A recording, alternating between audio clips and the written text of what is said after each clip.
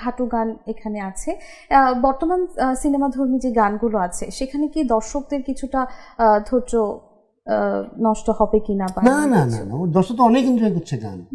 মানে হয়েছে কি, গানগুলো তো আমাদের গান, এই সয়েলের গান।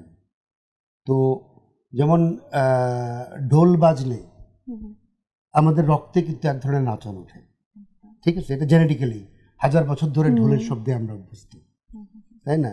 এটা যদি এখন দক্ষিণ আফ্রিকার কোনো একটা বাদ্যযন্ত্র বাজে, তাইলে ওভাবে আমাকে আন্দোলিত করে না, বাংলা ঢোল যেভাবে আমাকে করে। তো এই সুরও বাংলার সুর। তো সামাও এই সুর আমাদের রক্তে আছে, বংশ পরম্পরায়, জিনের মধ্যে আছে। দেন এই সুর শুনলেই মনে হয় যে দিস আমার সুর। তো এই সুবিধাটুকুও এই সিনেমায় আছে। আমি বলবো যে প্রত্যেকেই যে কটা গান আছে সব বাংলার মাটির সুর, নিজের সুর, যেটা আসলে দর্শককে বিমোহিত করছে। একদম। আপুর কাছে যদি জানতে চাই গানগুলো নিয়ে আপনি কি বলবেন?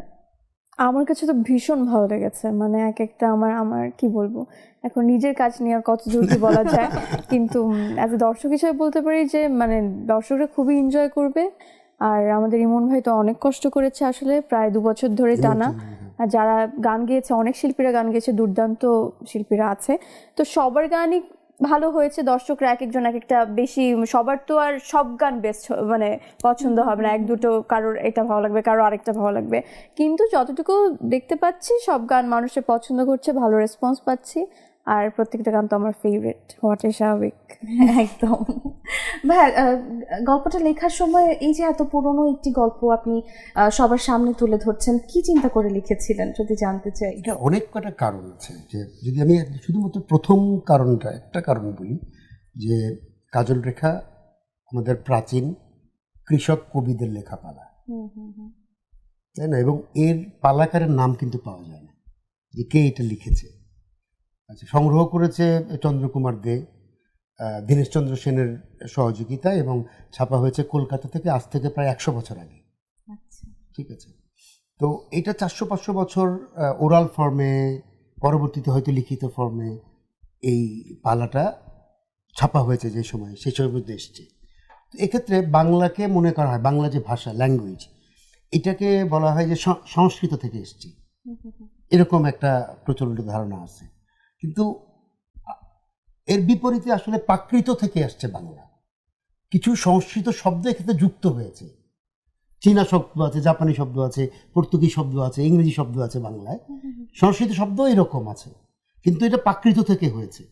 তো সেই বাংলাটা এই পালাগুলোর মধ্যে আছে, যেটা আজকে জাতির কাছে যে আমাদের বাংলা রীতি কেমন ছিল 400 বছর আগে, 300 বছর আগে, 200 বছর আগে, সেটাই এই পালার মধ্যে দেখা যায়।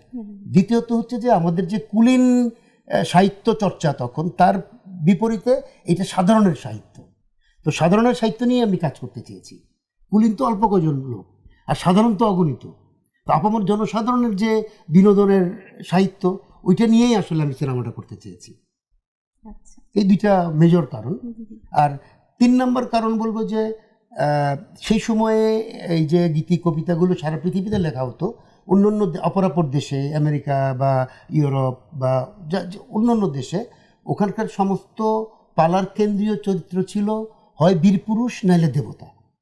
আর কাজল রেখা অথবা ইমামি সিংহ গীতিকার পালাগুলোর সমস্ত কেন্দ্রীয় চরিত্র নারী, ইভেন তো কাজল রেখার ভিলেনও নারী। হ্যাঁ, তো দেন আমরা মাতৃতান্ত্রিক সোসাইটি ছিলাম, তার যে চেহারা, মানে আমরা ব্রাহ্মণ্যবাদের কারণে মেয়েরা অনেক পিছিয়ে আছে, হ্যাঁ, এবং এটা তো সমানে সমান হওয়া উচিত, ঠিক আছে? নারী পুরুষের অধিকার বলো, যাই বলো, হ্যাঁ। তো এই নানা ধরনের তাড়না আছে, আরও এর ইনার ফিলসফি হয়তো আরও গভীর, এটাই প্রোগ্রামে না বলে দর্শক দেখুক, আরও ওরাই বাইর করুক, এটা সুবিধা।